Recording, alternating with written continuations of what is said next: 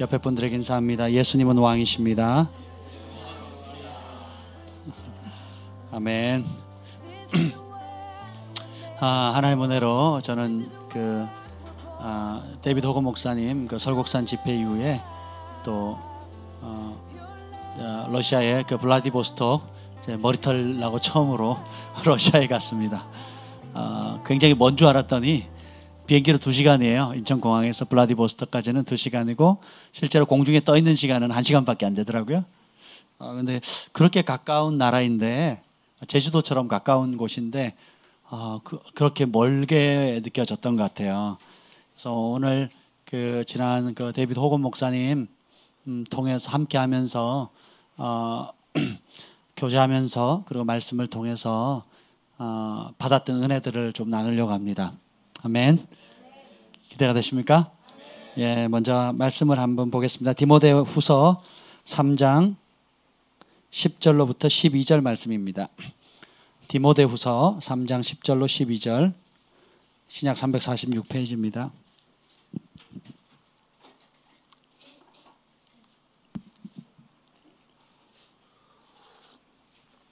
디모데후서 3장 10절로 12절 다 같이 한 목소리로 읽도록 하겠습니다. 시작. 나의 교훈과 행실과 의향과 믿음과 오래 참음과 사랑과 인내와 박해를 받음과 고난과 또한 안디옥과 이고니온과 루스드라에서 당한 일과 어떠한 박해를 받은 것을 내가 과연 보고 알았거니와 주께서 이 모든 것 가운데서 나를 건지셨느니라. 무릇 그리스도 예수 안에서 경건하게 살고자 하는 자는 박해를 받으리라. 아멘. 성령님 오셔서 이 말씀의 진리의 빛을 비춰 주시옵소서. 여호와의 영이 나를 통해 말씀하시며 그 말씀이 내 혀에 있도다 라고 다윗이 고백했던 그 은혜가 오늘 우리에게 있게 하옵소서. 예수님의 이름으로 기도합니다. 아멘. 먼저 기쁜 소식이 있습니다. 제가 몇 달간 번역했던 이 책이 나왔어요. 페리스토니즘 사탄의 전략, 원수의 불화살과 계책을 파헤치다. 예, 원래 원제는 사탄의 전략을 폭로하다라는 제목이에요. 그래서 뭐 굉장히 어둡거나 칙칙하거나 뭐 무서운 책이 아니고요. 성경적으로 우리가 어떤 놀라운 믿는 자로서의 권세가 있는지, 그리고 사탄은 거짓의 아비잖아요. 얼마나 거짓말을 잘하는지 그 실상을 폭로한 책이에요. 굉장히 좋은 책입니다. 그래서 굉장히 실용적이고요. 그 중에 뭐 나와 있는 내용 중에 이런 내용도 있어요. 뭐 여러 가지 주제들이 있는데, 내가 만일 사탄이라면, 뭐 그런 찬송이 있었잖아요. 내가 만약 나비라면 뭐 날개 치며 주를 찬양. 제가 어릴 때 불렀던 곡인데 제목이 내가 만약 사탄이라면, 여러분이 만약에 사탄이라면 뭐라고 하겠어요?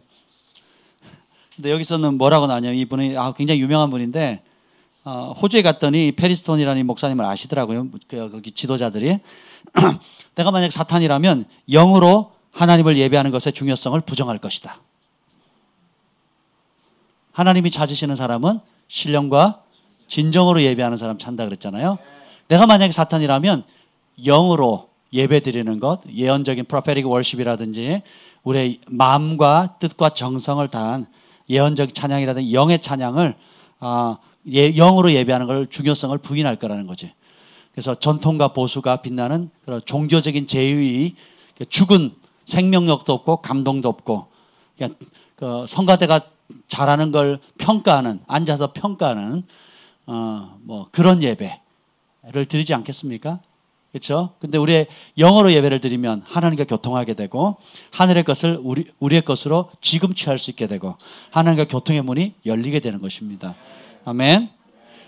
그리고 내가 만약에 사탄이라면 성령의 기름 부음의 중요성과 능력을 부인할 것이다. 성령의 놀라운 기름 부음이 사탄은 중요한 줄 아는데 우리 그리스도인들은 그걸 잘 몰라요. 이렇게 성령파, 안성령파, 뭐 아니면 성령파, 말씀파, 뭐 기도파, 뭐 행동파, 뭐 우리는 그냥 이렇게 그냥 이런 걸 좋아하고 저런 걸 싫어하는 어떤 개인적 성향으로 보는데, 사탄은 뭐 성향으로 보는 것이 아니라 사람들을 볼 때 정말 그 사람이 성령의 능력에 사로잡혀 있는가, 성령의 사람인가 아닌가, 성령의 충만함이 있는가 없는가에 초점이 있는 거죠. 그래서 내가 사탄이라면 성령의 능력의 그 권세를 믿는 사람들이 축소하거나 가치를 없게 여기거나 혹은 일종의 저기 다른 교회에서 소위 열심히 있는 기도 뜨겁게 하는 교회들만 하는 그들만의 유산인 것처럼 그렇게 치부하게 만들 거라는 겁니다. 뭐 예를 들면 이렇다는 거예요. 또 중요한 질문의 한 챕터는 사탄이 내 생각을 읽을 수 있을까? 읽을 수 있어요, 없어요? 대부분 읽는다고 생각을 하잖아요. 이게 큰 속임이라는 거예요. 사탄은 내 생각을 읽을 수 없습니다. 그럼 뭐 어떻게 아느냐? 점치는 귀신이 어떻게 알고 어떻게 아느냐? 다 누가 그 정보를 흘리냐면 내 입이 흘리는 거예요. 불평, 원망, 걱정, 그리고 마음에 있는 게 사람의 마음에 있는 게 입으로 튀어나오잖아요. 그죠? 마음으로 가득 차 있는 것이 입으로 나오거든요. 그래서 염려하는 거, 우리가 기도 제목으로 나누는 거, 또 사람들 앞에 자랑하는 것들, 이 모든 것들 정보를 어둠의 세력이 듣는다라는 겁니다. 우리를 향한 하나님의 뜻을 사단이 알 수 있을까? 뭐 모른다라는 거예요. 이해가 되세요? 그럼 누가 아느냐? 우리가 알려주는 거예요. 근데 이거 특이한 챕터가 있는데요. 그걸 한번 읽어드릴게요. 여러분 좋아하실 것 같아요. 사탄이 결코 들키고 싶어하지 않는 세 가지 비밀.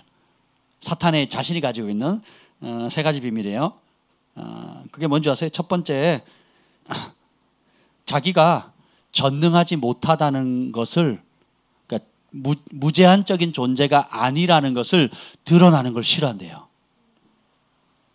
우리는 사탄하면 굉장히 크게 생각합니다. 예수님의 힘은 51, 사탄은 49. 그래가지고 예수님이 겨우 어렵게 이기시는 것 같아요. 그리고 가끔 우리가 또 뭘 잘못하거나 죄를 짓고 있거나 꿀리는 게 있으면 내 안에 역사는 예수님의 능력은 한 30% 줄고 사단은 한 70% 역사하는 것처럼 이렇게 믿잖아요. 근데 따라서 사단은 전능하지 못하다. 자기가 무제한적인 존재고 전능한 존재였다면 예수님이 이 땅에 왔을 때 예수님이 태어난 곳을 찾아가가지고 예수님만 죽였겠죠. 근데 알지도 못해요. 그 십자가의 비밀도 알지도 못하고요. 그래서 헤롯을 통해서 죽이려고 했는데 예수님이 어딘지 알아요, 몰라요? 몰라요. 그러니까 어떻게 해요? 한꺼번에 두 살리아로 다 싸그리 죽여버리는 거죠. 전능한 존재가 아니라는 거. 이걸 그리스도인들이 알기를 원치 않는다는 거죠. 두 번째를 예를 들면 또 사단은 자기 때가 얼마 남지 않았다는 것을 그리스도인들이 알기를 원치 않는다는 거예요. 사단은 유한한 존재가 아닙니다. 이제 둘째 사망에 가면 불못에 음부와 지옥의 세력이 떨어지고 그 다음에 사탄과 그 추종하는 세력들이 떨어진다 그랬거든요. 우리는 보통 지옥에 가면 사탄이 염라대왕처럼 왕노릇하고 그래서 심판자에 앉아가지고 너는 큰 죄 지었으니까 더 잔인하게, 적은 죄 지었으니까 좀 덜하게, 이렇게 사탄이 지옥의 왕권을 가지고 막 이렇게 고문을 하는 주체자인 것처럼 생각을 많이 하잖아요. 사탄을 염라대왕처럼 많이 생각하거든요. 근데 원래 이 둘째 사망 불못은 사탄과 그 추종하는 세력들을 위해서 하나님 마련한 거예요. 믿는 자를 위해서 마련한 게 아닙니다. 그럼 누가 거기서 고통받아요? 사탄이 심판받는 곳이에요. 그리고 그 사탄이 천사장이었고 타락한 천사장이었잖아요. 그를 따르던 또 다른 영들, 천사들, 타락한 천사들이 고통받는 곳이었어요. 원래는 그렇게 의도된 것인데 이 거짓의 아비가 어떻게 해요? 하나님의 백성들, 자녀들 가운데 속여서 미혹해서 어떻게 해요? 같이 데리고 가는 겁니다. 이해가 되시죠? 그래서 자신은 끝없는 존재가 아니라 때와 기가 제한받는 존재라는 거죠. 그래서 예수님이 귀신을 내어 쫓을 때 한 귀신이 그러잖아요. 우리가 아직 때가 되지 않은데 벌써 심판하러 왔습니까? 이렇게 얘기를 하거든요.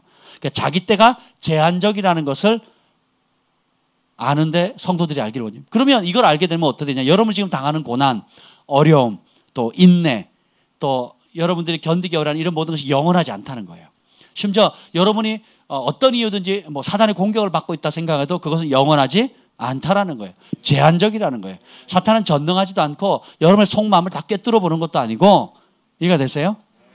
뭐 이런 내용들이에요. 그럼 사단이 가장 믿는 자에게 강력하게 쓰는 무기가 뭐냐? 공격하는 무기. 믿는 자를 향해서 쓰는 가장 강력한 무기는 뭘까요? 정죄감입니다. 이런 내용들이 나와요. 예. 원하시면 우리 그 이제 이렇게 하려고요. 보람 자매한테 신청을 하세요. 신청을 하면 이게 14,000원이거든요. 제가 출판사에 딜을 해서 저렴한 가격으로 10,000원까지는 되지 않겠나 싶기도 하고, 그죠? 11,000원 정도겠지. 보통 10% 하잖아요. 그러면 얼마야? 1,400원 빠지는 건가요?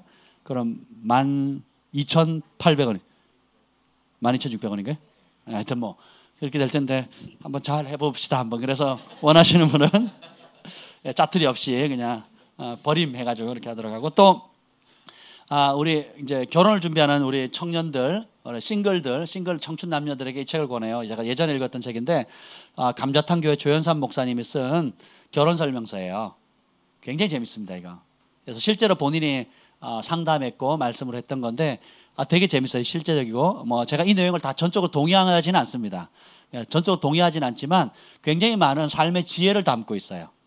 제가 동의하지 못하는 부분도 있긴 해요. 하지만 그럼에도 불구하고 실적인 지혜를 많이 담고 있기 때문에 특히 이제 결혼을 할 계획이 있는 분들은 꼭 읽으시고, 그리고 결혼했는데 삶이 좀 어렵다, 이게 내가 생각했던 대로 좀 잘 안 된다 하시는 분도 꼭 읽으세요. 결혼하신 분도 읽으면 더 좋습니다. 했으니까 이제는 아무 상관없다 이러시면 안 되고, 했으니까 읽으셔야 돼요. 그럼 이게 뭐 예를 들면 뭐 아주 구체적인 내용을 나누고 있어요. 성경적인 원리와 실제로 삶의 육아 문제부터 뭐 재정 문제 뭐 여러 가지 것들을 다 다루고 있어요. 그래서 읽어보시면 굉장히 재밌을 것 같습니다. 그래서 여러분들이 읽어보시면 여러분들의 삶의 기준에 굉장히 부합하는 그런 은혜가 있을 것 같고요. 그리고 또 나중에 이제 우리 승만 형제가 매일 묵상해서 올리는 그 스미스 위글스워스의 책 제목이 뭐죠 이게? 매일 묵상, 365일 묵상할 수 있도록 이분이 쓴 글들인데 제가 지금 영어로 묵상을 하고 있거든요. 제가 첫 페이지 좀 보여드릴게요. 이렇게 묵상을 합니다. 우리 김지현 목사님은 항상 저보고 그래요. 또 색칠 공부한다고. 예, 색칠 공부 이렇게 합니다. 너무너무 좋습니다. 그래서 제가 여러 가지로 아이디어를 지금 생각하고 있는데 페이스북으로 이거를 매일 실황으로 이렇게 할까, 아니면 제 아이폰으로 녹화를 해서 뭐 3분 메시지나 5분 메시지로 좀 보낼까, 좀 녹화를 해서 차례차례로 하루 하나씩 할까, 아니면 내년도에 이 연말에서 매일 이렇게 우리 전 글파 가족들이 매일 묵상할 수 있는 걸로 만들까 지금 좀 아이디어를 내고 있습니다. 그래서 너무너무 좋아요. 그래서 영어로 읽어도 좋으시고, 뭐 영어 편하시잖아요 여러분. 그러니까 영어로 읽으시고, 영어가 덜 편하신 분들은, 그래도 나는 우리말을 사랑해요 하시는 분들은 어느 출판사죠? 믿음의 말씀사에 스미스 위글스 매일 묵상을 치시면 나옵니다. 아주 좋아요. 정말 좋습니다. 제가 데이비드 호건 목사님을 보는 것 같아요. 이 책을 읽어보면 거의 역시 능력의 종은 아주 다릅니다. 이번에 참 말로 다 할 수 있는 하나님의 은총을 입었어요. 우리 데이비드 호건 목사님, 조셉 호건 목사님, 그 사위 션과 함께 이제 설곡산에서 집회 좋았죠? 오신 분들 간증 다 하셨나요? 네. 간증 시간 좋으셨나요? 네. 하신 분만 좋아하는 거 아니에요? 듣는 분들이 좋으셔야 되는데. 그렇죠. 그래서 저도 이제 그 받은 은혜를 좀 나누려고 하고, 또 이제 마지막 이제 날 수요일 오전 집회를 마치고 이제 식사할 수 있는 기회를 마련해 주셔서 저 혼자 식사를 초대를 받았어요. 근데 다른 지도자들이 초대를 받았는데 먼저 식사를 하는 바람에 두 사람이 자리가 비어가지고 그때 옆에 있던 민규 형제님이랑 우리 밥 먹고 있다 경환이가 잡혀갔어요. 경환이는 우리가 경환이 때문에 그 멕시코를 가게 됐잖아요. 그래서 이제 같이 가서 앉았는데 끝나고 어디 가시냐고 그랬더니 러시아에 가신대요. 그러냐고. 나도 러시아 위해서 기도 많이 했다고. 진짜 기도 많이 했거든요. 그래서 그러면 제가 옆에 홍 목사님 보고 저 러시아 같이 가도 되겠냐고 그랬더니 그럼 가고 싶으면 가라고 그러는 거예요. 그래서 제가 데이비드 호건 목사님께 러시아 간다는 얘기 들었는데 저도 가도 되냐고 그랬더니 뭐라는 줄 아세요? 밥 먹다 말고 식사할 때 어떻게 하는 줄 아세요? 말씀도 안 하시고 읽어 두시거든요. 그래서 제가 브라더 데이비드 나도 가고 싶다 그러니까 뭐라는 줄 아세요? 숟가락을 넣더니 너무 좋아하는 거예요. 잘 됐다. 그래 되냐고. 그래서 막 션하고 막 조셉이 막 너무 좋아하는 거예요. 그거 당연하지. 우리말로 하면 당근이지. 막 너무 좋아하시는 거예요. 그래서 제가 그 자리에서 바로 이제 정선 선생님한테 연락을 했죠. 했더니 알아보더니 두 좌석이 딱 빈대는 거예요. 원래는 저 혼자 갈 생각이었는데 딱 이제 경환이가 딱 보이는 거예요. 그래서 두 좌석이라 그러니까 어쩔 수 없이 그러면 이건 경환이를 데려가라는 사인인가 보다. 그래서 제가 묻지도 않고 경환아 넌 가야 된다. 그러고 이제 했어요. 자리를 맞이해서 갔는데 그렇게 해서 러시아를 간 겁니다. 막 너무너무 좋았죠. 이제 갔는데 그 KGB에서 굉장히 핍박을 해요. 제가 갔는데 이제 이 세 분은 조그만 거기는 숙소가 다 좁더라고요. 침대도 그냥 딱 누우면 딱 요만큼. 이게 팔을 둘 데가 없어요. 팔을 벌리면 침대 밑으로 떨어져요. 이렇게 양쪽으로. 그래가지고 자다가 막 쥐나서 보면 팔이 밑으로 떨어져가지고 이제 막 쥐가 호텔이 그래요. 호텔이 비싼 호텔이 이러고 있는 거예요. 그래서 정말 근데 이제 우리 그 호건 목사님은 일반 아파트에 계셨는데 그 아파트도 똑같습니다. 그냥 침대 땅 화장실 딴짓 못하게 이런 공간에서 그래서 할 수 없이 저희가 호텔에 머물렀는데 그 다른 호텔에 이제 그 컨퍼런스 룸을 빌려가지고 이제 거기서 집회를 하는데 거기가 뭐 극장식으로 이렇게 돼 있더라고요. 그 집회 장소 딱 들어갔는데 일반 호텔이에요. 일반 호텔. 로비라 아무 소리가 안 나는 거예요. 너무 조용한 거예요. 아니 여기 사람들이 안 왔나? 내가 너무 일찍 왔나? 그래서 저기가 그 집회 장소라는 거예요. 그래서 문을 안 열어주더라고요. 누가 노크를 딱딱딱 3번 하니까 앞에서 사인을 받고는 문을 딱 여는 순간에 딴 세상인 거예요. 나니아 연대기하고 똑같아요. 딱 열고 들어가는데요. 그 찬양과 기도와 막 이 하나님을 향한 사모함의 열정이 딜 뻔했어요. 제가 얼마나 뜨겁게 하는지 자리가 꽉 차 있고요. 막 찬양을 보통으로 하는 게 아니고 막 진짜 막 천장이 떴다 가라앉을 만큼 하는데 이 방음 장치가 얼마나 잘 됐는지 이 구소련이라 그런지 딱 닫으면 아무 소리가 안 나요. 열면 그냥 막 진짜 막 너무너무 그냥 들어가 있기만 해도 좋을 정도로 앉을 자리가 없이 그냥 꽉 이렇게 차서 이제 예배를 드렸습니다. 근데 제가 호건 목사님을 지금 개인적으로 컨퍼런스 통역만 2년을 했고 그리고 멕시코도 갔다 왔고 이번에 또 집회까지 하면 한 3, 4년을 지금 같이 다녔고 이거 러시아까지도 가면 굉장히 많은 시간 이 3, 4년 동안에 많이 이제 가까이 할 수 있는 시간이 됐잖아요. 근데 이번에 가서는 한 번도 듣지 못했던 간증들을 많이 들었어요. 근데 참 그 간증을 듣는데 정신을 바짝 차려야겠다는 생각이 들었습니다. 러시아에 그 모임을 지도하는 그 목사님이 계시는데 어머니가 노만 목사님이라고 어머니가 한국 분이세요. 북한 분이시고 아버지가 러시아 사람인데 이분이 성령을 받고 나서 수백 개 수천 개 교회를 개척한 겁니다. 근데 복음을 값없이 전하고 아무 대가 바라지 않고 성령의 능력으로 복음을 전하는데요. 아주 사석에서만 얘기할 수 있는 아주 신비한 얘기를 많이 들었습니다. 그 멕시코 지역에 호건 목사님 그 산악 지역에 이제 그 분들이 성령 받고 이제 기도를 하기 시작하니까 너무 성령이 충만하니까 어떤 현상이 생기는 줄 아세요? 여기서 이 얘기 해도 되는지 모르겠는데 하도 기도를 하니까 사람이 공중에 떠버려요. 그래서 그 남편이 날아갈까 봐 그 아내 되시는 다리를 묶어가지고 기둥에다 묶어놓는데 그럼 공중에 떠서 이렇게 기도한대요. 이 얘기를 호건 목사님이 멕시코에서는 사람들이 성령 충만한 사람들이 이렇게 기도합니다. 새벽마다 그런다. 그리고 거기서 나오는 그 변화산의 예수님처럼 광채가 나 사람이 쳐다보지 못할 정도로 그런 부부들이 있다고 몇 년간 그랬대요. 이 얘기를 하니까 그 노만 목사님 뭐라 그런지 아세요? 저희 어머니가 기도하시면 그랬다는 거예요. 공중에 떠서 기도했다는 거예요. 신기하죠? 예. 저도 안 믿겨져요. 안 믿겨지는데 봤대는데 어떻게 하겠어요? 안 본 내가 잘못이지. 그러면서 이제 이런 영적인 것뿐만 아니라 실제로 복음을 전하다가 어떤 핍박을 받게 됐는지 우리가 그 집회하기 이틀 전에도 KGB에서 들이닥쳐가지고요. 지금 러시아 정부가 이런 복음을 전하는 걸 싫어한대요.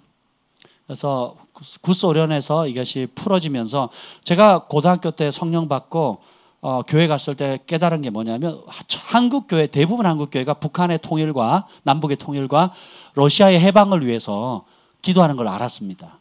저도 북한의 김일성을 위해서 그리고 러시아를 해방을 위해서 많이 기도했거든요. 종교의 자유를 위해서 복음이 들어가도록 기도를 진짜 많이 했던 것 같아요. 그래서 제가 아직도 기억나는 게 그래서 제가 목회자가 되고 싶은 마음은 없었고 그러면 평신도 선교사가 돼서 러시아로 가야겠다는 마음을 하나님께 받았어요. 그래서 제가 고2, 고3 때 뭘 준비했냐면 그 당시 우리나라 대학에 노문학과 러시아어를 가르치는 학교가 3군데 있었습니다. 그러니까 서울에 있는 한국외대와 성균관대 외대 그리고 부산외대. 요 외대 2군데와 성균관대인가 거기서 노문학과를 가르쳤어요. 그래서 제가 고2, 고3 때 계속 노문학과를 준비를 했습니다. 선교하려고. 안 하기를 얼마나 잘하는지 모르겠어요. 너무 어려워요 말이. 스파스키, 스바시바. 이게 감사합니다거든요. 스바시바, 스바시바, 스바시바. 이게 감사합니다 이런 뜻인데. 근데 그때 정말 많이 눈물을 흘리면서 기도했던 것 같아요. 북한과 구소련의 어떤 복음이 들어갈 수 있도록 정말 많이 기도했는데 제가 고등학교 이제 마칠 때 좀 그 소련이 열렸잖아요. 붕괴되면서 이제 러시아와 막 그렇게 됐잖아요. 제가 갔을 때 노만 목사님이 저에게 말씀을 전할 수 있는 기회를 줬어요. 잠깐 올린 거잖아요. 그 뒷부분 이제 시원히 찍어가지고 뒷부분 올린 겁니다. 그래서 가서 이제 갑자기 얘기를 해가지고 이제 얘기를 했는데 그 얘기를 한 거예요. 한국 교회가 북한과 구소련의 복음의 문이 열리도록 정말 오랫동안 눈물로 기도했다고. 그랬더니 막 함성과 함께 박수를 치는 거예요. 고맙다고. 그 결과를 지금 보고 있는 거예요. 근데 집회 이틀 전에만 해도 KGB에서 막 들이닥쳐가지고 방해하고 이분들이 하여튼 가장 낮은 곳, 가장 복음이 필요한 곳이면 어디든지 가는데 길거리 노숙자들, 알코올 중독자들, 마약 중독자들, 그리고 사회 버림받은 사람, 길거리에 몸을 파는 여자들 해서 다 복음을 전하는 거예요. 그리고 우리 한국 사람들 잘 못 가는 키르기스탄, 카자흐스탄, 탄자 들어가는 이슬람권 국가들, 거기서 지금 얼마 전에도 제가 페이스북에 보니까 이슬람의 IS에게 몸을 바치지 않는다 그래서 19명의 청소년 여자아이들을 산채로 화형시키는 장면들 이런 것도 뜨고 그러거든요. 이제 그런 지역에 이 러시아 사람들이 가서 복음을 전하는 거예요. 할렐루야. 그 러시아 사람들은 복음을 받고 성령을 받은 분들이 복음을 전하는 겁니다. 그래서 깜짝 놀랐어요. 그래서 이분들이 북한에도 들어가서 이제 중보기도, 땅밟기 기도를 하고요. 탈북하신 분들 혹은 북한에서 나와서 러시아 국경지대에 살고 있는 사람들에게 끊임없이 복음을 전한다는 거예요. 그리고 어떤 분은 참 재밌는 게 뭐냐면 하나님이 꿈으로 말씀해 주셔서 전도를 하는데 마을 전체를 돌이키는데 어떤 여자 싱글분인데요. 꿈에 하나님이 어떤 마을로 가래요. 복음을 한 번도 듣지 않은 그 마을을 알려주고 그 마을에 핵심되는 사람이 누군지 알려주고 또 그 사람의 문제를 알려주고 그래서 꿈의 계시를 받고 그런 마을이 있는지도 몰랐는데 찾아가고 그 마을에서 그 사람을 찾고 그 사람의 문제를 해결하는 거예요. 그러니까 그거로 계기가 돼서 그 마을이 주님께로 돌아오는 겁니다. 이렇게 해서 전도한 마을이 엄청 많은 거예요. 할렐루야. 근데 알고 봤더니 이제 이분이 여러 목회자들인데 제가 참 놀랬던 게 사람들을 이렇게 봤는데 저 어디서 다 많이 보던 분들이에요. 007 영화에 보면 악역으로 나오는 분들 있죠. 전부 다 그런 사람들이 있는 거예요. 이게 나중에 보면 다 목사님들이래요. 보면 007 영화에 악역 못된 짓 하는 얼굴들이 다 나와 있는 거예요. 너무 친숙한 거예요. 근데 그분들이 웃으면서 안아주는데 기분이 묘합니다. 그리고 제일 저를 껴안아준 분들이 있었어요. 밥도 사주고 이제 오늘은 식사 대접하는 분이다 하면서 끝도 없이 밥이 나오는데 우리가 션이 그러더라고요. 첫날 우리가 한국에서 비행기 타고 러시아에 와가지고 오자마자 이제 오후에 도착해서 짐 풀고 공항에서 숙소까지 한 2시간인가 1시간 넘게 가서 짐 풀고 저녁도 안 먹고 저녁 집회에 들어간 거예요. 그래서 밤 10시에 집회 끝나고 밤 10시에 식사를 하는데 첫 음식이 뭔지 아세요? 신라 식당 이름이 신라예요. 무슨 신라 레스토랑인데 한정식 먹었습니다. 그래서 저는 뚝배기 먹고 뚝배기 먹고 나머지 분들도 잡채 먹고 이런 걸 먹는 거예요. 그래서 션이 하는 말이 한국에서 러시아까지 날아와서 한국 음식 먹는다고. 그 다음 날은 또 일식을 또 주는 거예요. 한국식 일식 있잖아요. 그 맛있는 그 일식을 또 먹은 겁니다. 그래서 야, 이거 좋네. 근데 뭐 끝도 없이 음식을 베푸는데 한국 정서랑 너무 맞는 거예요. 우리 정서처럼. 멕시코 갔을 때는 우리가 얼마나 어려웠어요. 먹는 게. 근데 러시아 가니까 막 얼마나 막 잘 챙겨주는지 몰라요. 그래서 뭐 더 이상 못 먹겠습니다 할 정도로 계속 먹이는 거예요. 근데 의무적으로 푸시하진 않아서 이제 좀 자유로웠는데 그런 어떤 동양적인 정서, 풍성히 베푸는 이런 사랑도 받고요. 그리고 이제 중간에 집회 때 막 은혜를 받으니까 노만 목사님 그러는 겁니다. 자, 여기에 에이즈 환자들 본인이 드러내길 싫으면 그 자리에서 기도 받으시고 혹은 그 HIV 바이러스를 가지고 있는 분들 가운데 드러내서 나와서 기도 받기를 원하시는 분 나오세요 그랬어요. 그랬더니 앞 단상에 쓸 자리가 없을 만큼 다 나오는 거예요. 제가 충격받았어요. HIV 바이러스를 가지신 분들, 에이즈 환자들 나오려니까 앞 단상에 자리가 셀 수 없을 만큼 딱 앉는데 제가 왜 충격받은 줄 아세요? 그 숫자도 충격이었지만 저한테 밥 사주고 맨날 보면 꽉꽉 안았던 그 남자분이 에이즈 환자였어요.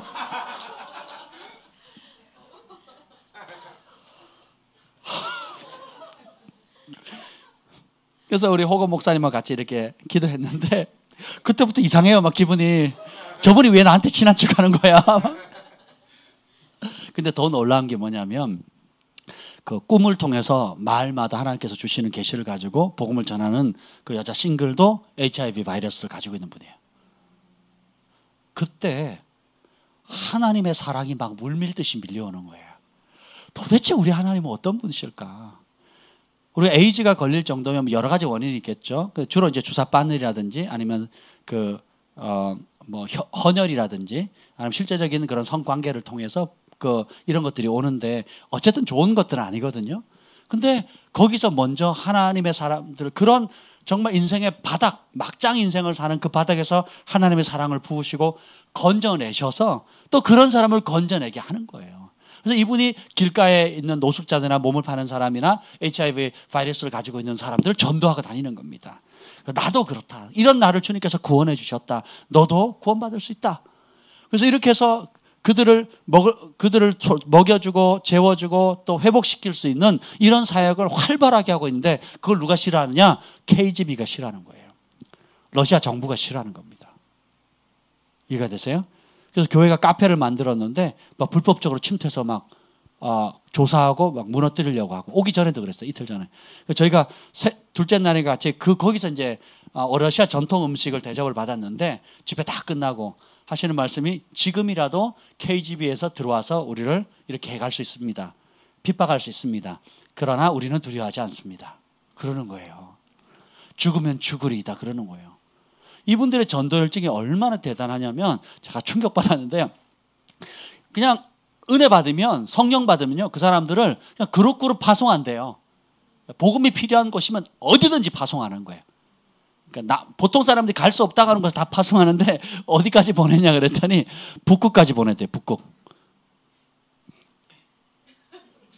북극이 어떠냐면 북극 지역이 아니라 제일 추운 곳 거기 왜 갔냐 그랬더니 거기 사람이 산대요. 그 에스키모인뿐만 아니라 그 여러 종족들 있잖아요. 사람이 산대. 그래서 보냈다는 거예요. 그러면서 하는 얘기가 온몸을 다 이제 아주 두꺼운 그걸로 가려야 되는데 노출이 되면 그러니까 온도가 얼마나 되냐니까 마이너스 70도래요. 노출이 되면 그냥 살이 하얗게 변한대요. 하얗게 변하면 무조건 잘라내야 된대요. 코가 하얗게 변하면 코를 잘라내고 손가락이 하얗게 변하면 손가락을 잘라내야 돼요. 무조건 상실한다는 거예요. 마이너스 70도니까. 놀랍죠? 근데 그곳에 복음을 전하러 가는 거예요. 왜? 영혼이 있으니까. 이런 열정을 가지고 있는 거예요. 그래서 그 사람들을 복음을 전하기 위해서 좀 덜 추운 곳에 베이스를 뒀대요. 그 덜 추운 곳 온도가 얼마나 되는 줄 아세요? 마이너스 50도. 뭐 상상이 안 갈 겁니다. 마이너스 20도만 돼도요. 우리 제가 밴쿠버 살 때 20도만 돼도 그 차에 히터를 달아야 되고 그리고 경고가 나오거든. 나오지 말라고. 근데 50도, 70도면요. 이게 상상이 안 가죠. 근데 거기를 찾아가는 거예요. 본인들이 은혜를 받았기 때문에 이 구원의 복음을 전해야 된다고. 노만 목사님 그렇게 사람들을 훈련시키는 겁니다. 본인도 죽은 자를 살렸대요. 할렐루야. 네. 그래서 이 마지막 때는 정말 목숨을 걸지 않고는 신앙생활을 할 수가 없는 거예요. 그러니까 사람들이 얼마나 뜨겁게 하는지. 이게 러시아 사람들이 공산권의 사람들의 표정이 없고 차갑습니다. 그러니까 저 비싼 호텔에 있는데 그 나라에서는 굉장히 고급 호텔에 있는데 사람들이 굉장히 불친절해요. 차갑고 그리고 뭘 묻기가 무서워요. 내가 물으면 혼날 것 같아. 뭐 이런 분위기 있잖아요. 내 돈 내고 내가 하는데 내가 혼날 것 같아서 말을 못하는 뭐 이런 분위기예요. 그런데 성령 받은 그리스도인들은 얼마나 따뜻한지 몰라요. 네, 에이즈 환자라는 소리를 듣고 좀 불편하긴 했는데 그것과 상관없이 얼마나 환대하고 따뜻하게 맞이하는지 이게 복음의 능력이구나 라는 것을 제가 알게 됐습니다. 그러면서 노만 목사님이 겪고 있었던 많은 여러 가지 핍박들, 어려움들, 치러야 될 대가들 이런 부분들을 쭉 얘기를 해서 목사님 이제 개인 교제하는 시간에 그런 얘기를 하니까 호건 목사님이 이렇게 말씀하시는 거예요. 저는 제가 가장 사랑하고 아끼는 사역자들 28명의 목숨을 잃었습니다. 함께 핵심 리더로 동역하던 28명의 사역자들이 순교했다는 거예요. 그걸 지난 40년간 봐왔다는 겁니다. 지금도 일어나고 있고. 저희가 지난번 멕시코 갔다 왔을 때 지난 3월이잖아요. 지금 몇 개월 전이에요. 3개월 전인가요? 3월에 우리가 간 다음에도 여러 말 못할 일들이 있었다는 거예요. 이것도 사석에 얘기한 겁니다. 28명의 사람들의 목숨을 잃었다는 거예요. 그 중에 한 사람이 션의 아버지 어머니예요. 교회에서 말씀을 전하는데 괴한이 들어와가지고 카텔이 들어와가지고 기관총을 갈긴 거예요. 그래서 많은 사람이 순교를 당한 거거든요.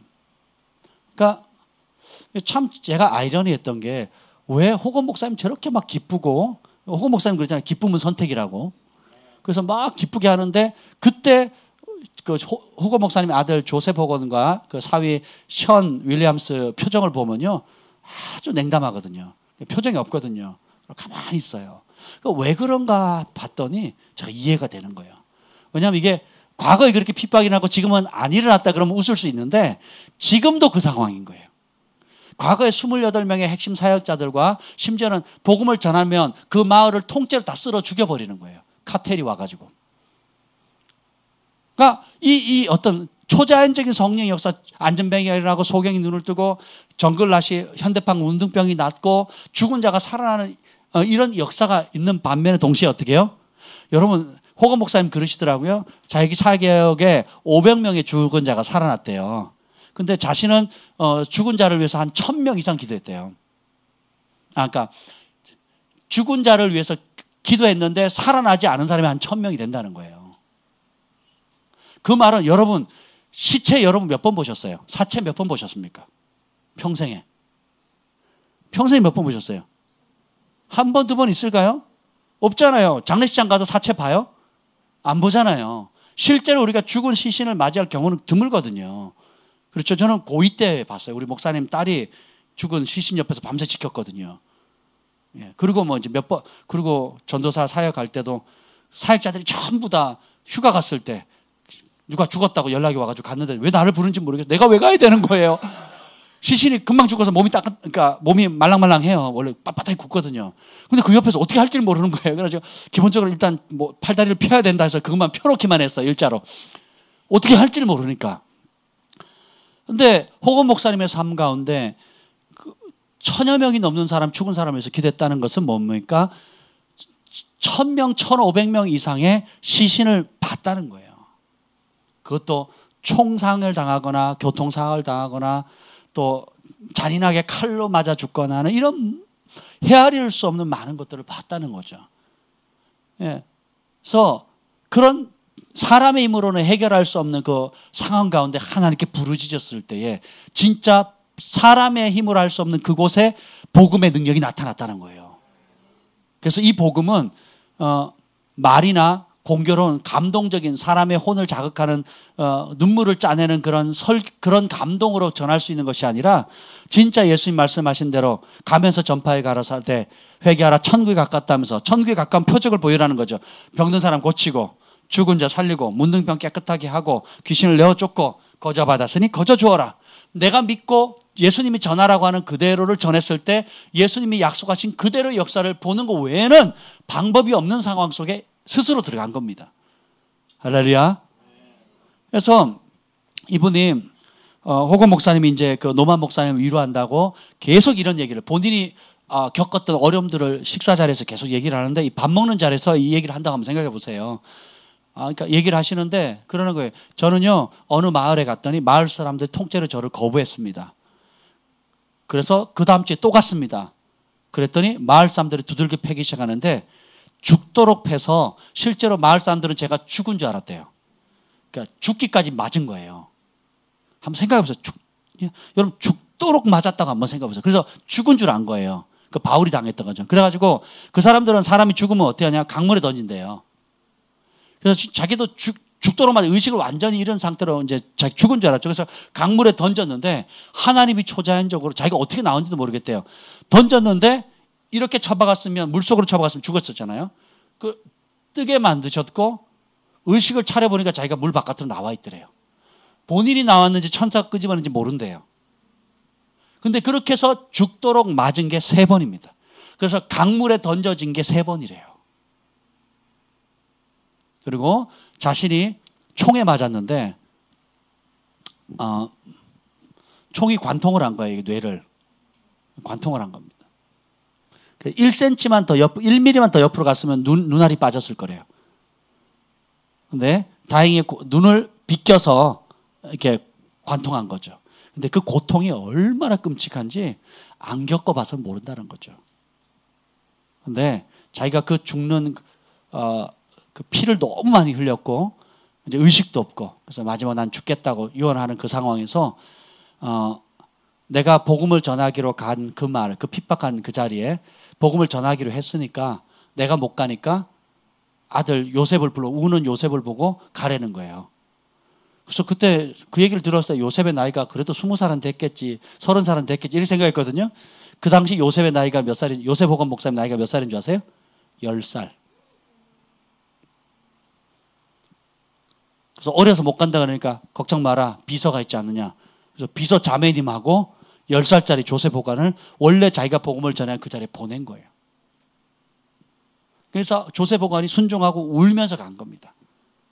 그래서 그 마을에서 복음을 전하고 그 마을 사람들과 함께 기도한 거죠. 근데 호건 목사님이 그때 죽지 않고 살아났어요. 초자연적으로 살아났는데 문제는 뭐냐? 예수님이 오셔서 터치해서 살아나셨죠. 그래서 그런 이제 첫 번째 사람이 있고 두 번째는 병 들어서 죽었거든요. 병역을 실험실로 하다가 심장이 그러니까 호흡을 못 해가지고 돌아가셨는데 그걸 회복하는 데 있어서 죽으니까 사위 션이 기도해서 살아난 거예요.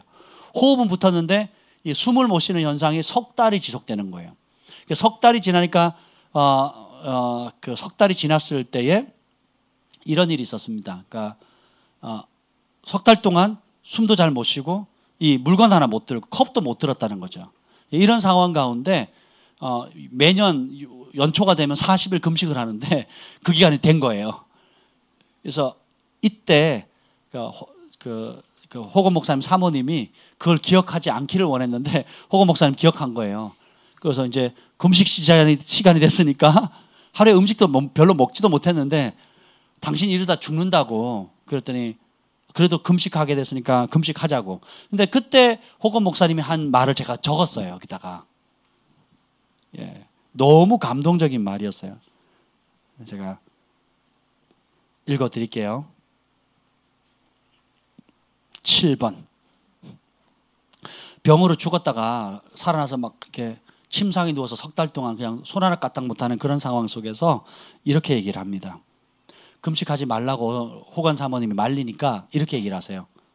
고통을 피하려고 애쓰는 삶을 살다가 죽는 것보다 예수님을 만나기 위해 금식하다 죽는 것이 더 낫습니다. 내가 지금 당하는 고통을 피하려고 애쓰는 삶을 살다기보다는 차라리 내가 금식하며 예수님을 추구하는 삶을 살다가 예수님을 갈망하다가 죽는 것이 더 낫다는 거예요. 그렇게 해서 금식을 한 겁니다. 물도 안 마시고 그냥 금식을 단식을 하신 거죠. 열흘째 때 예수님 오셔서 터치해서 나왔잖아요. 그 간증은 여러분 들으셨죠? 그래서 우리는 적당히 믿는 이만한 믿으면 되지 않겠냐라고 적당한 선에서 멈추는 것 같아요. 그러니까 돌파가 없고 그 돌파했을 때 그 이유는 진정한 기적의 승리의 맛을 못 보는 겁니다.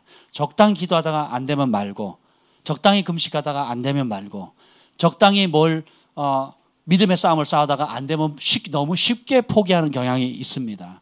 근데 이 호건 목사님 통해서 제가 도전을 받는 것은 결과를 볼 때까지, 정말 주님을 만날 때까지 죽으면 죽으리이다 라고 나아가는 거죠. 오늘 바울도 보면 그 영적인 아들 디모데에게 그 얘기하거든요. 나의 교훈과 행동과 내 의도와 믿음과 그리고 이 환난 가운데 오래 참음과 사랑과 인내와 박해와 고난과 또 여러 어려운 일 당한 모든 것들 네가 보고 알지 않았느냐. 그런데 주께서 이 모든 것 가운데서 나를 건지셨느니라. 그리고 하는 말은 우리 그리스도 예수 안에서 경건하게 살고자 하는 자는 박해를 받으리라. 경건이 뭐냐면, 경건의 뜻은 뭐냐면 하나님 앞에서란 뜻이에요. 경건은 종교가 부과하는 어떤 의무적인 행동을 말하는 게 아니고, 기도는 몇 시간 해야 되고 뭐 금식은 어떻게 해야 되고, 이게 경건이 아니에요. 경건의 원래 의미는 하나님이 내 앞에 계신다고 생각하고 말하고 행동하는 거예요.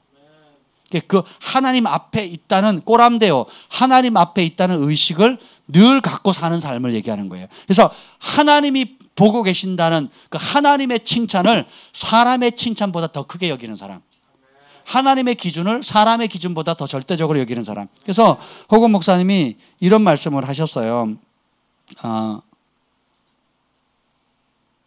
아주 재미있는 말씀을 하셨는데 이렇게 나옵니다. 두려움에 대해서 얘기하면서 사람의 인정 없이는 살 수 있으나 하나님의 인정 없이는 살 수 없습니다. 많은 사람들이 사람의 인정과 기쁨을 받으려고 그들의 비유를 맞추려고 사람을 두려워합니다. 근데 호건 목사님이 이렇게 결정한 거예요. 사람이 인정 안 해도 살 수 있습니다. 하나님이 나를 인정하지 않는다면 저는 살 수가 없습니다.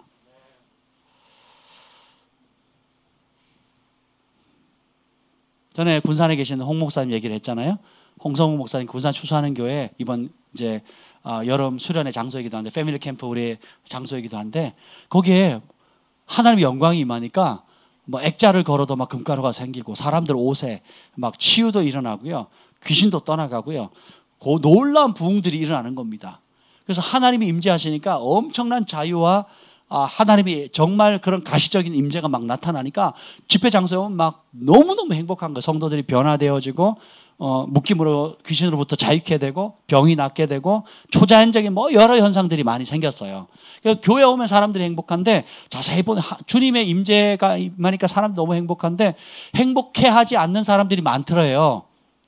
그 이유가 뭔지 이렇게 봤더니 그건 영적인 거고, 저는 행복하지 않대. 왜요? 월급을 안 올려줘서, 우리 아이가 대학을 합격하지 못해서, 내가 하는 사업이 잘 안 돼서 불행하다는 거예요. 주님이 아무리 음성을 들려주고 치유의 기적을 나타내주고 또 온갖 하나님의 사랑을 나타내줘도 자기는 불행하다는 거예요. 왜요? 내가 원하는 내 뜻이 안 이루어졌기 때문에, 돈이 내가 원하는 만큼 안 벌어지기 때문에, 자녀가 내가 원하는 대로 시집장가를 가지 않거나 대학을 못 가거나 시험에 떨어지거나 했기 때문에 안 행복하다는 거예요. 비록 무화과 나무 잎이 마르고 포도 열매가 없고 논밭에 소출이 없고 우리의 양떼가 없을지라도 어떻게 한다 그랬어요? 나는 여호와로 즐거워하리. 나는 여호와로 즐거워하리. 우리의 삶이 그 하박국 선지자처럼 정말 주님 한 분만으로 과연 기뻐하는 삶이냐? 교회에서는 은혜가 되는데요, 집에 가면 안 돼요. 목사님, 교회 왔을 성도들 교제할 때는 행복한데 집에 가서는, 직장 가서는 안 된다고 하는 말은 뭐냐면, 행복하지 않다는 말은 뭐냐면, 여러분의 초점이, 예수님을 향한 시선이 세상으로 빼앗겼다는 거예요. 그래서 사단이, 예수님이 그 밭의 비유를 얘기할 때에 길가밭, 돌짝밭, 가시덤불밭, 옥토밭 얘기하잖아요. 그 중에 가시덤불밭에 대부분 걸려요. 가시덤불밭은 뭐냐면 뭐예요? 생활의 염려와 재래 유혹이거든요. 생활의 염려가 뭐예요? 월급, 자식들 대학 가는 거, 결혼 못하는 거, 결혼하는 거, 결혼해서 애를 낳는 거, 애를 못 낳는 거, 그리고 노후, 은퇴, 또 사회적 위치, 뭐 내가 원하는 바, 어떤 이 생활에 대한 염려들, 그리고 집 문제, 차 문제, 또 여러 가지 가족 관계 문제, 이 생활의 염려와 그다음 뭐예요? 재래 유혹이거든요. 돈 버는 것에 대한 유혹이거든요. 이 가시덤불을 못 이기면 옥토밭이 돼서 30배, 60배, 100배 결실을 못 맺는다는 거예요. 30배, 60배, 100배 열매 없는 나무는 어떻게 해요? 찍혀서 불에 던진다 그랬거든요. 그래서 우리는 반드시 진정한 믿음은 그런 생활의 염려와 그리고 재래 유혹을 돌파할 때 진짜 믿음이 되는 거예요. 생활의 염려와 재래 유혹이라는 이것을 돌파하지 못하면 여러분 교회를 사람들이 많이 옮겨요. 그 이유가 뭔지 아세요? 우리 특히 신혼부부들이나 혹은 자녀를 첫 아이를 둔 부부들이 자주 옮겨요. 그 이유가 뭔지 아세요? 자식들 때문에. 왜냐하면 교회를 왔는데 좁은 공간에 아이들이 싸우거든요. 내 거야, 내 거야, 내 거야. 그러면 자식들 싸움이, 아이들 싸움이 누구 싸움이 돼요? 부모 싸움이 되는 거예요. 왜요? 이 부모들도 첫 아이니까 얼마나 귀해요? 그리고 애를 길러봤어야지. 그러니까 자기의 다친 것만 알고 자기의 우는 것만 알지 크게 들지 남의 다쳤는지 객관적으로 공평하게 볼 수 있는 눈도 없어요. 그러니까 어떻게 돼요? 좀 더 편안하고, 그러니까 이런 모든 것들이 뭐예요? 사소한 것이지만 어떻게 해요? 생활의 염려예요. 먹고 사는 걱정. 이것 때문에 결국 어떻게 해요? 믿음이 자라지 못하는 겁니다. 이해가 되세요? 그래서 이런 영역들을 실제로 돌파할 때 여러분의 믿음은 진짜가 되는 겁니다. 그제서야 30배, 60배, 100배의 결실을 맺을 수 있다는 겁니다. 그래서 이제 한국에서의 그 집회 마지막 날 식사하면서 아주 엄청난 간증을 우리 션한테 들었잖아요. 우리 지난 금요일 날 나눴다는 얘기를 들었는데 제가 직접 들은 제가 얘기를 해야 재밌잖아요. 우리 김재원 목사님은 정말 재밌는 본인이 경험한 얘기도 본인이 하는 것보다 제가 얘기하면 더 재밌대요. 동의하십니까? 아멘.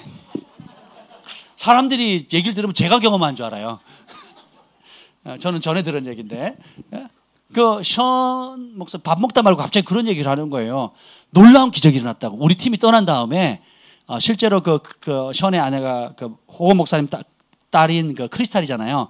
크리스탈 사모님한테 어떤 현지인이 찾아왔대요. 우리 첫 번째 마을 갔던 그 마을에 한 분이 찾아와서 얘기를 했대요. 션하고 그 크리스탈 그 부부에게 뭐라고 얘기하냐면 거기 그 동네에 첫 번째 갔던 마을에 한 자매님이 있었는데 이제 결혼하신 분이고 결혼한 지 얼마 안 됐나 봐요. 근데 이제 그 부모님과 그 가족 간의 갈등 때문에 도저히 못 살겠다 해가지고 그날부로 아무에게도 얘기하지 않고 집을 떠나기로 결정한 사람이 있었대요. 이 자매가 높은 데서 떨어져가지고 신경이 끊어진 거예요. 그래서 방광에 문제가 생겨서 소변을 조절하지 못하는 겁니다. 얼마나 이게 어려워요. 남자도 그렇고 여자도 그렇고 또 수치스럽고 또 거기다가 또 이 육체적인 병도 있는데다가 가족 간에 막 말할 수 없는 이 어려움 때문에 내가 오늘부로 집을 떠나겠다라고 결정을 하는 그날 우리 선교팀이 온 거예요. 그 마을에.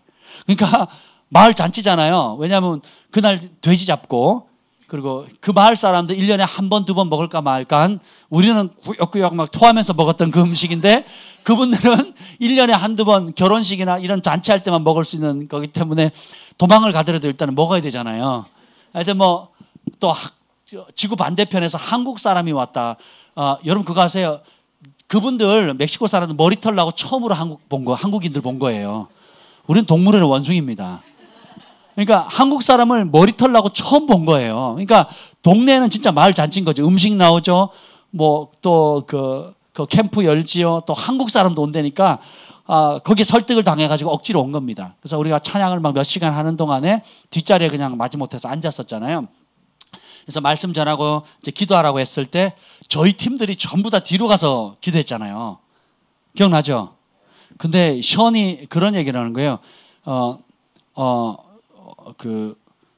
한국 팀 중에 형제가 남자가 어떤 남자가 기도를 했대요. 기도를 했는데 자기한테 오더니 손을 얹고 안수하더니 기도를 하는데 완벽한 스페인어로 기도를 하더래요.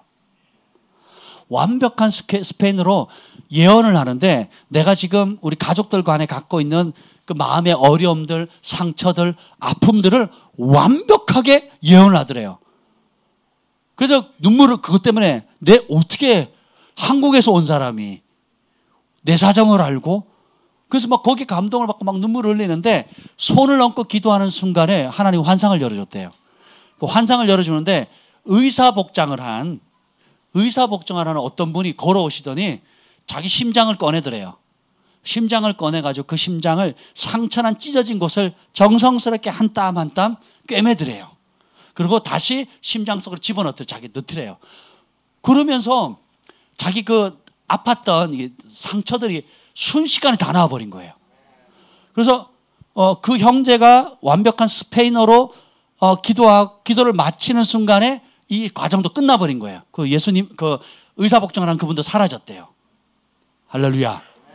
그래서 내적 치유가 완전히 일어났고 동시에 이 신경이 끌어져 가지고 소변을 조절하지 못하는 것이 즉시 나와버린 거예요.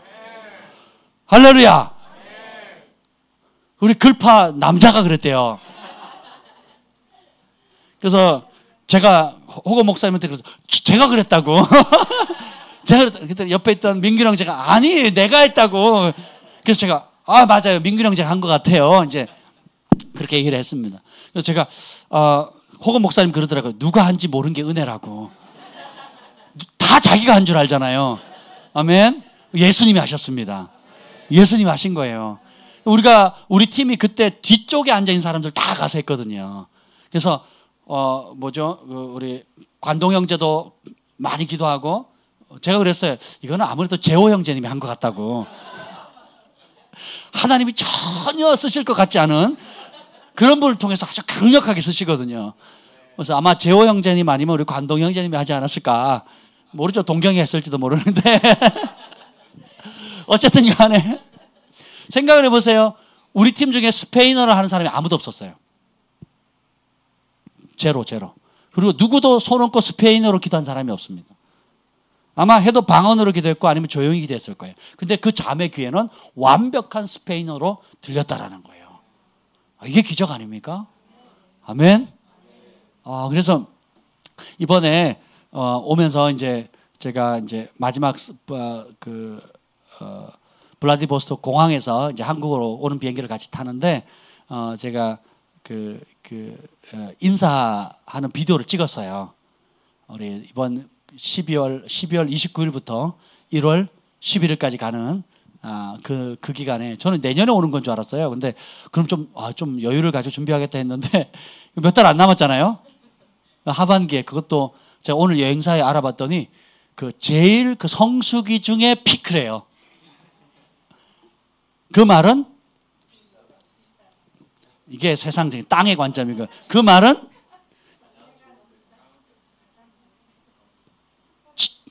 그렇죠. 대가를 지불할 가치가 있다는 거예요. 최고의 한 해를 마무리하고 새해를 맞이하는 거잖아요. 교회적으로 본다면 할 수 없는 일이에요. 그렇잖아요. 연말 연시잖아요. 근데 그리고 저보고 1월 달에 아주 큰 컨퍼런스 하는데 루잉글 목사님을 통역하래요. 여기 이제 큰 아마 뭐 대학 아니면 저기 스타디움 빌려가지고 지금 계획을 하고 있거든요. 근데 저 루잉글 목사님 통역을 하라는 그 제안까지 있었어요. 할렐루야. 그래서 제가 못한다 그랬어요. 왜요? 멕시코 가야 된다고. 좀 아쉽긴 한데 이번에 미국 가가지고 루잉글 목사님 뵀거든요. 잠시 뵀는데 인사드렸는데 아무튼 간에 생각을 해보세요 여러분. 근데 뭐 그것도 좋지만 과연 우리 교회가 존재하는 이유는 뭘까? 예수님이 이 땅에 오신 이유가 뭐예요? 영혼들 구원하러 오셨잖아요. 그렇잖아요. 그럼 우리가 존재하는 이유는 뭐예요? 영혼 살리는 겁니다. 그럼 교회가 존재하는 이유가 뭐예요?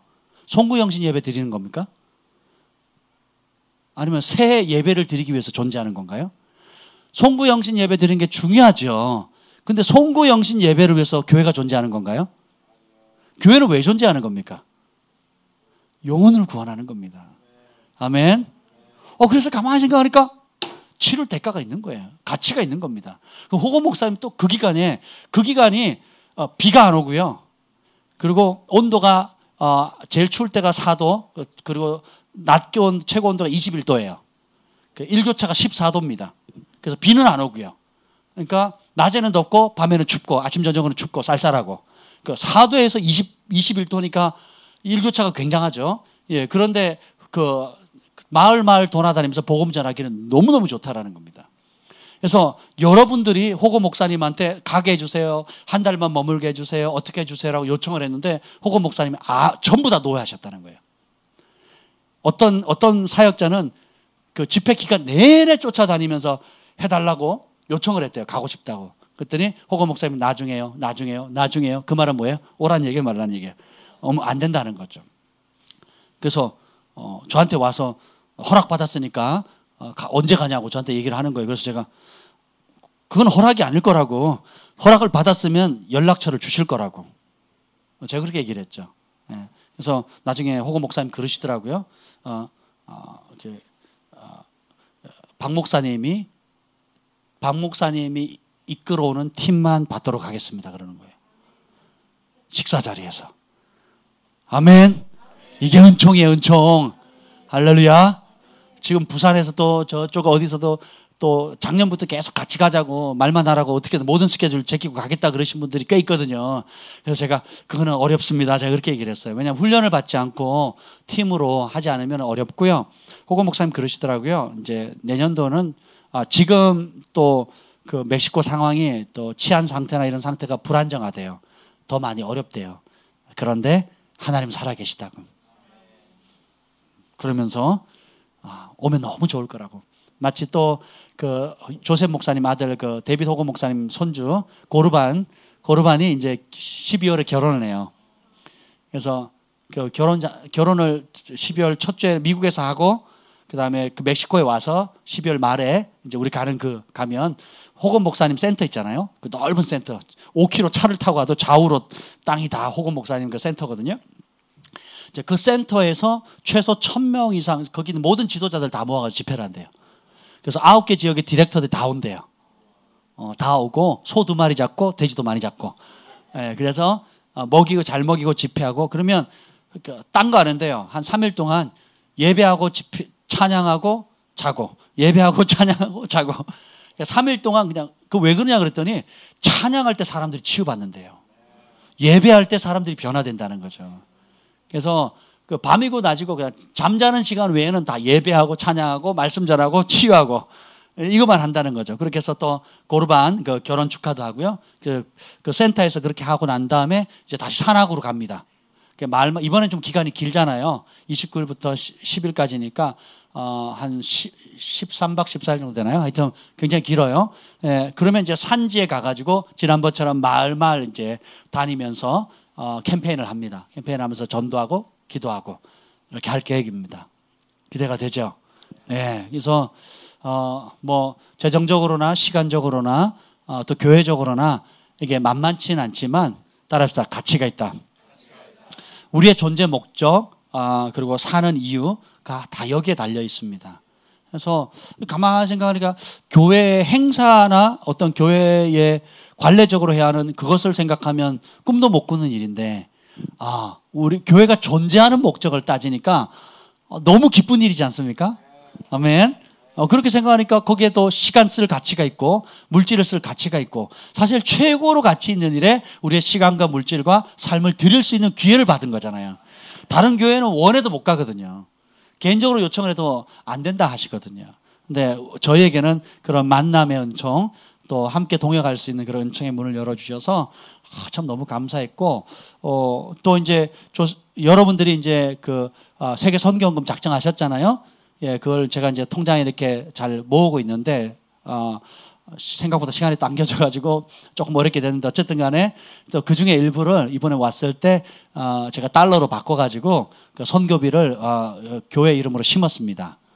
심고 또 개인적으로도 그 션하고 그 조셉 목사님에게 그 현지 돈과 또 달러를 또 이렇게 심었어요. 그렇게 심었습니다. 그러니까 너무 기쁘잖아요.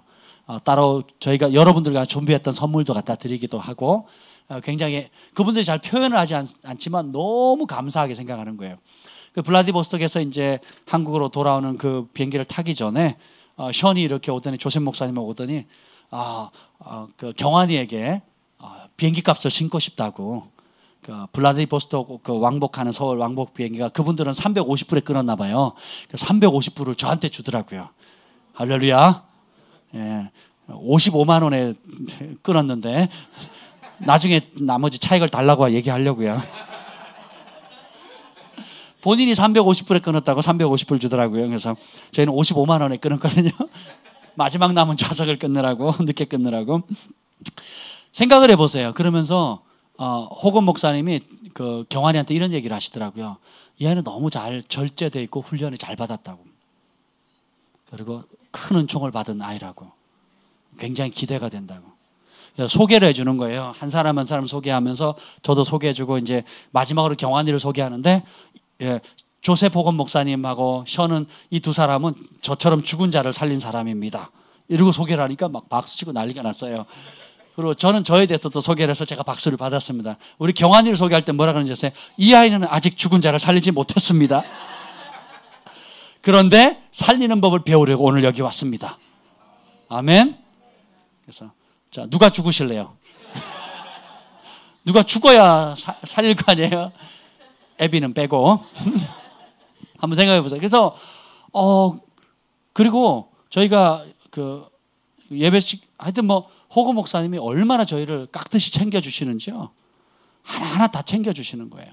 참 너무너무 행복해서 마치 할아버지가 손주 챙기듯이 참 그렇게 따뜻하게 맞이해 주셔서 제가 더 많은 사랑을 저희 멕시코 갔을 때 우리 미령이 생일이었거든요. 그때 겹쳐가지고 그러니까 손수 그 음식을 나르고 또 우리가 제 축하 부르고 제가 그 비디오로 촬영을 했잖아요. 그만한 선물이 또 어디 있겠습니까? 근데 그런 이 책에 그 스미스 위글스워스의 삶을 쓴 이분이 뭐라고 얘기했냐면 지금은 이분은 전설적인 존재거든요. 전 세계를 움직이는 하나님의 사람 중에 부흥을 일으켰던 주역 중에 한 분인데 뭐라면 이분이 사역할 때 같이 사역을 했던 생존자들에게 인터뷰를 하니까 뭐라 그런지 아세요? 지금은 이분을 전설적인 하나님의 사람으로 전 세계 그리스도인들이 추앙하고 딱 그 믿음을 본받으려고 하지만 당대의 사람들은 스미스 위글스를 다 좋아한 것은 아닙니다. 그리고 그분을 인정한 것도 아닙니다. 오히려 핍박하고 조롱한 사람도 많았습니다. 그랬던 거예요. 저는 데이비드 호건 목사님 볼 때 그런 생각이 들어요. 이 시대에 아시는 분들은 알지만 모르시는 분들은 그 사람이 누구야 하거든요. 저는 제가 많은 세계적인 지도자들을 가까이 모실 수 있는 은총을 입었는데 이분은 저는 이렇게 표현하고 싶어요. 많은 훌륭한 사역자들 가운데 현존하는 살아있는 전설이다 이렇게 표현하고 싶어요.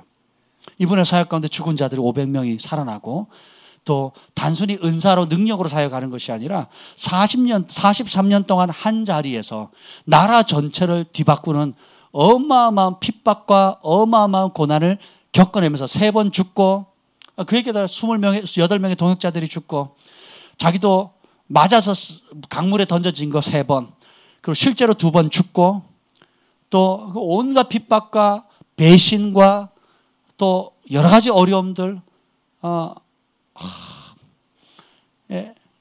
그것을 다 견뎌서 이겨낸 삶의 메시지를 전하는 거잖아요. 그리고 또 하나 미국에서 제일 큰 방송국에서 기독교 방송국에서 700만 불을 줄 테니까 1년에 6개월은 멕시코에서 사역하시고 6개월은 방송 사역하십시오. 700만 불이면 얼마입니까? 우리 돈으로 700억인가요? 70억인가요? 70억인가요? 예, 80억 정도 되겠죠. 80억 줄 테니까 하라고. 그걸 거부하셨잖아요. 세계적인 출판사에서 책을 써라. 그러면 이게 돈방석에 올라앉는 거거든요. 근데 이분이 안 한다 그랬어요. 복음은 거저 받았으니 거저 주겠다고. 그래서 그래서 어떻게 하냐면 우리처럼 이렇게 녹화해가지고 자막 씹혀서 그냥 공짜로 이렇게 회자되는 거, 유튜브로 누가 찍어서 올리면 회자되는, 이게 더 효과적이라고 믿는 거예요. 이해가 되세요? 그래서 일부러 책을 안 만들고 일부러 그걸 판매하지 않는다라는 거예요. 그리고 하나님의 초자연적인 공급을 믿고 돈 떨어지면 악어 사냥하러 다니고.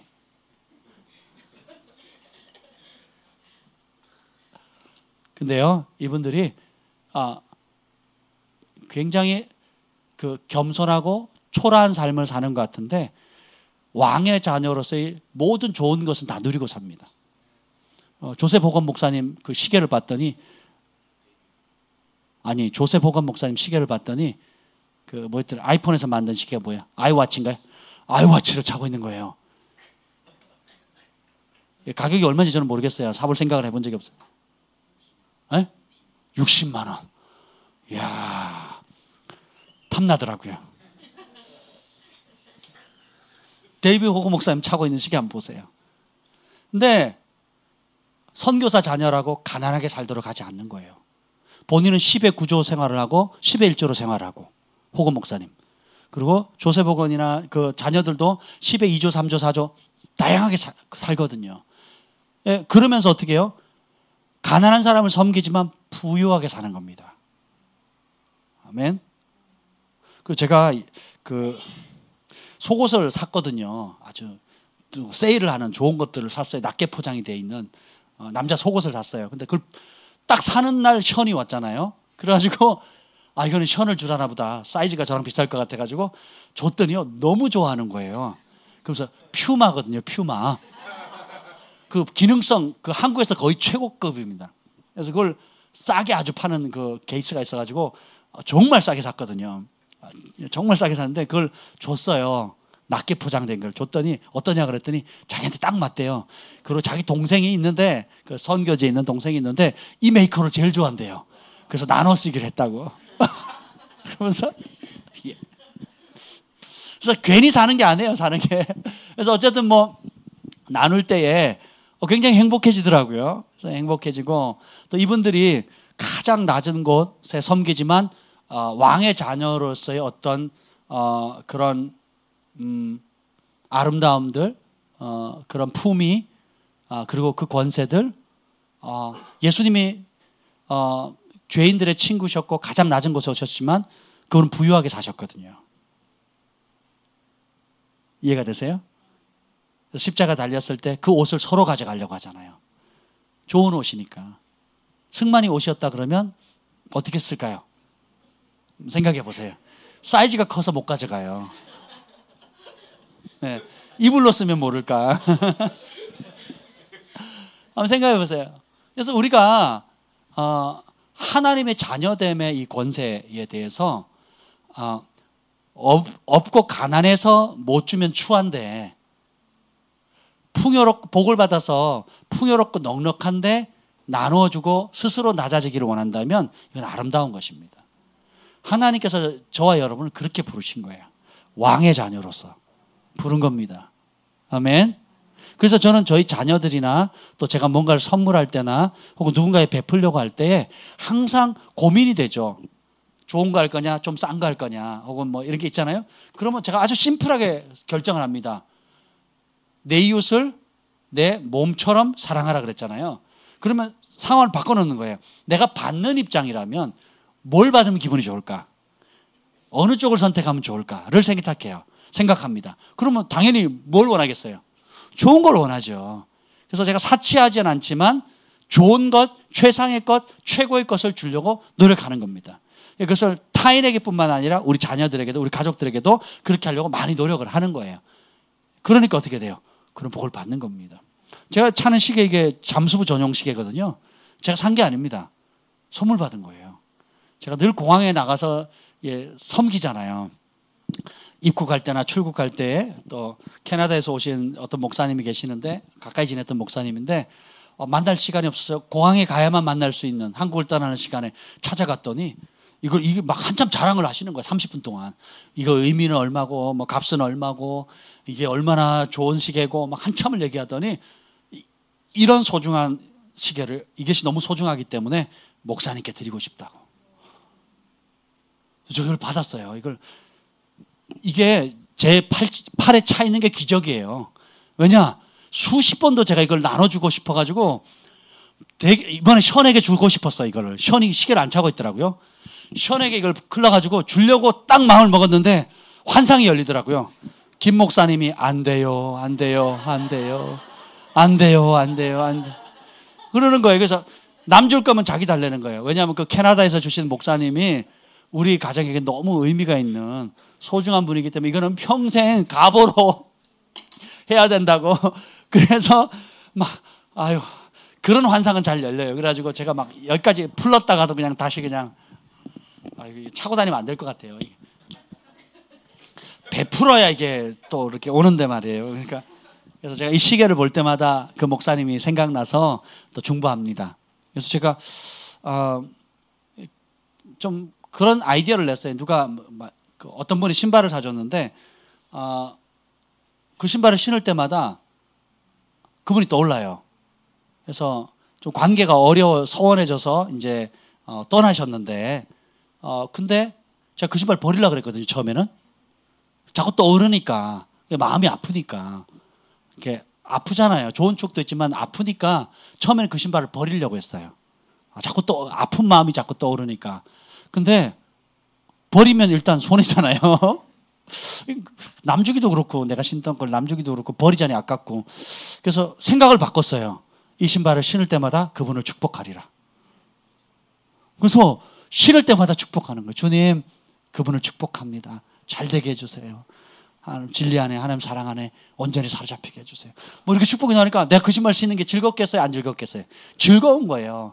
그래서 이 선물이라는 게 여러분들 그랬으면 좋겠다는 거예요. 누가 선물을 주거나 혹은 여러분이 나눌 때에 그런 마음으로 한다면 준 사람도 행복할 거고 받은 여러분도 굉장히 기억에 남겠죠. 그렇잖아요. 그래서 그런 지혜를 주시더라고요. 그래서 이제 안 버려요. 안 버리고 좋은 추억만 가지고 기억하려고 그렇게 노력하고 있습니다. 무릇 그리스도 예수 안에서 경건하게 살고자 하는 자는 박해를 받는데 진짜 하나님이 역사하시는 진짜 부흥이 터지는 곳에는 반드시 진짜 핍박이 일어난다는 것을 발견했어요. 그래서 러시아든 한국이든 멕시코든 뭐 어느 가정이든 뭐 강원도든 서울이든 전라도든 상관없이 여러분이 진짜 하나님을 사랑하는 사람이 되기를 원하시죠? 그러면 진짜 핍박을 맞이할 준비를 하셔야 됩니다. 진짜가 되기를 원하십니까? 그러면 진짜 순종하는 자에게 오는 고난이 따른다는 거예요. 근데 생각을 해보세요. 이 고난은, 복음을 위해서 받는 고난은 이 땅에 사는 짧은 기간 동안 받을 수 있어요. 천국에 가서는 복음을 위한 고난이 없습니다. 천국에 가서 없는 몇 가지가 있는데, 천국에서는 영혼 구원할 필요가 없고요. 천국에 가서는 예수님 때문에 받는 고난을 받을 필요가 없다는 거예요. 이 땅에 있는 동안 영혼 구원할 수 있고, 이 땅에 있는 동안 이 말씀, 하나님 말씀에 순종함으로써 오는 그 타협하지 않고 그 진리의 말씀에 순종할 때만 오는 고난을 받을 수 있다는 겁니다. 그래서 여러분들이 예수님이 그 산상수훈에 내 이름 때문에 욕하고 핍박하고 또 고난을 받으면 기뻐하고 즐거워라. 하늘의 상이 큼이라. 그래서 여러분의 죄나 여러분의 혈기나 여러분의 스타일이나 내가 기분 나쁘겠다고 내 기분 때문에 열받게 하지 마시고, 나와 복음을 위해서 예수님의 이름 때문에 복음의 순종함으로 오해하거나 그 말씀에 순종함으로 고통당할 때 기뻐하고 즐거워하래요. 하늘의 상이 크다라는 것입니다. 그래서 오히려 좋은 기회가 왔다고 생각하셔야 돼요. 그리스도 이름 때문에 말씀에 순종할 때 고난을 받는다 그러면 영광으로 받으셔야 돼요. 여러분이 천국 화폐로 바꿔야 된다 그랬잖아요. 그러면 이 고난은 힘들다가 아니에요. 그냥 힘들고 왜 나만 이런 고통을 이렇게 반응하잖아요. 가사도 안 떠오르는데, 아니 어디 딴 데 갔더니 비전사라 모임에 갔더니 그 노래 부르더라고요. 왜 나만 이런 고통, 어떻게 그러셨군요. 아니 여기도 그랬어요. 비전사라에서도 왜 나만 이런 고통을 그러는데 저는 그 노래 정말 힘들거든요. 마음이. 죄로 인한 고통이 아닌 이상 기뻐해야 됩니다. 복음과 예수님과 복음을 위해서 고난받는다면 기뻐하셔야 되거든요. 하늘의 상급이 크다. 릭조니 목사님 천국에 왔을 때 각 사람에게 비치는 영광의 광채가 다 틀리더래요. 앞서간 믿음의 선진들, 믿음의 영웅들을 보니까 한 사람 한 사람에게 비춰 그 천국의 영광이 다 틀리는데 그 영광이 어디서 나오나 이렇게 봤더니 이 땅에 사는 동안에 예수님과 그 복음의 말씀에 순종할 때 순종함으로 치른 대가, 순종할 때 받은 고난, 순종할 때 받은 그런 상처 자국들 있죠. 핍박과 고난의 상처 자국이 클수록 하늘의 영광이 크다라는 거예요. 그 영광이 영원히 빛난다는 것입니다. 그러니까 그걸 알게 되면 기뻐하고 즐거워할 수밖에 없는 겁니다. 죄 때문에 고난당하면 내 혈기 때문에, 내 섭섭함 때문에 내 기분 안 맞춘다고, 내 스타일 안 맞춰준다고 혈기 부리면 무슨 영광이 있겠어요. 자기도 괴롭고 주변 사람도 괴롭잖아요. 근데 예수님 말씀에 순종하고 또 복종하다가 또 온유함으로, 혈기로 대하지 않고 온유함으로 대함으로 주님의 방법으로 섬기게 된다면 그 영광은 굉장히 크다라는 겁니다. 오늘 우리 잠깐 재한 형제랑 이런저런 얘기를 하다가 재한 형제가 이런저런 뭐 얘기를 하는데 굉장히 재한 형제가 자랑스러운 거예요. 혈기로 반응하지 않고 온유함으로, 또 자신을 세상적인 눈으로 평가하는 그런 옛 친구에 대해서 하나님의 말씀으로 진리로 반응하는 그 모습을 보면서 정말 막 너무 자랑스러운 거예요. 정말 순종의 사람이구나. 믿음의 돌파를 이루어가고 있구나. 제가 격려해줬어요. 너무 자랑스럽다고. 너무 잘했다고.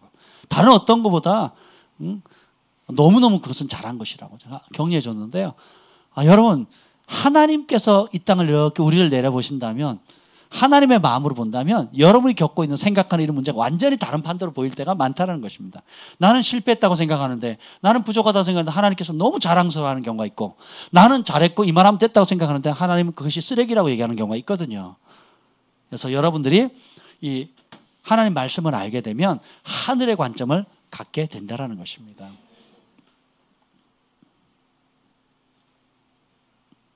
이제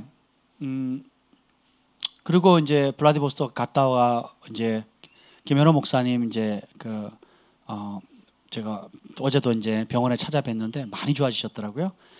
이대로 호전되면 다음 주쯤에 퇴원도 할 수 있겠다고 오늘 그런 문자를 받았습니다. 그래서 근데 제가 위문하러 갔는데요. 제가 위문 당하고 왔어요. 이분이 몸은 불편한데 눈이 살아있는 거예요. 입에서 나오는 말씀이 다 믿음의 말씀인 거예요. 축복의 말씀이고요. 첫 마디가 뭔지 아세요? 이 마지막 때는 목숨을 건 신앙이 아니면 진짜가 될 수 없습니다. 병상에서 이 뇌출혈로 쓰러져가지고 왼쪽이 마비가 된 사람이 그런 얘기를 하시는 거예요. 목숨을 건 신앙만이 진짜 신앙을 지킬 수 있을 것입니다 하면서 얘기를 하는데요. 그 눈빛이요, 보통 눈빛이 아닌 거예요. 제가 손을 꼭 잡고 이제 내내 근데 막 제가 위문을 당하고 왔어요. 그리고 갔는데 오히려 막 바리바리 싸주는 거예요. 음료랑 뭐 과일 바구니에 있는 거랑 잔뜩 싸서 주는 거. 오히려 제가 작은 그 음료를 하나 사갔거든요. 그랬더니 저는 하나 사갔는데 두 뭉치 들고 왔잖아요. 차에 있습니다. 한 뭉치는 다른 분에게 주고 이제 하나는 이제 집에 가져가려고 하는데, 보세요. 누가 환자인지 모르겠어요. 믿음의 사람은 환경과 상황은 없이 끊임없이 주님을 바라보는 거예요. 그러니까 남들이 안 된다, 어렵다고 하는 상황 가운데 주님을 바라보니까 기적을 만드는 사람이 되잖아요. 원망하고 불평하고 환경을 탓하는 삶이 아니라 그 어떤 사망의 음침한 골짜기랄지라도 그 상황이 주님의 함께하는 그 눈을 열려 있기 때문에 그 어려운 환경이 기적의 장소로 바꿔버리잖아요. 저와 여러분 모두가 그런 자리로 초청을 받은 겁니다. 옆에 분에게 해서 당신은 왕의 자녀입니다. 왕권을 받은 자입니다. 어떤 고난도 두려워하지 않습니다. 고난은 영광입니다. 고난은 특권입니다. 무릇 그리스도 예수 안에서 경건하게 살고자 하는 자는 고난을 핍박을 받으리라. 아멘. 그것을 여러분이 부정적이거나 왜 나만 이런, 이게 하지 마세요. 그렇게 하시면 안 돼요. 왜 나에게 이런 영광을, 이렇게 생각하셔야 돼요. 아멘. 그래서 의를 위하여 핍박받는 자, 천국의 저희 것이라 그러잖아요. 내게도 주소서. 정말 하늘이 주시는 그 복을 누리시길 예수님의 이름으로 축복합니다. 아멘. 우리 이 시간에 함께 정말 이 마지막 때에 주님께서 인정하시는 예수님과 복음을 위해서 기꺼이 전부를 걸고 나아갈 수 있는 그런 참된 믿음으로 믿음이 견고해질 수 있도록 우리가 함께 받으신 말씀 가지고 함께 기도하며 나아가겠습니다.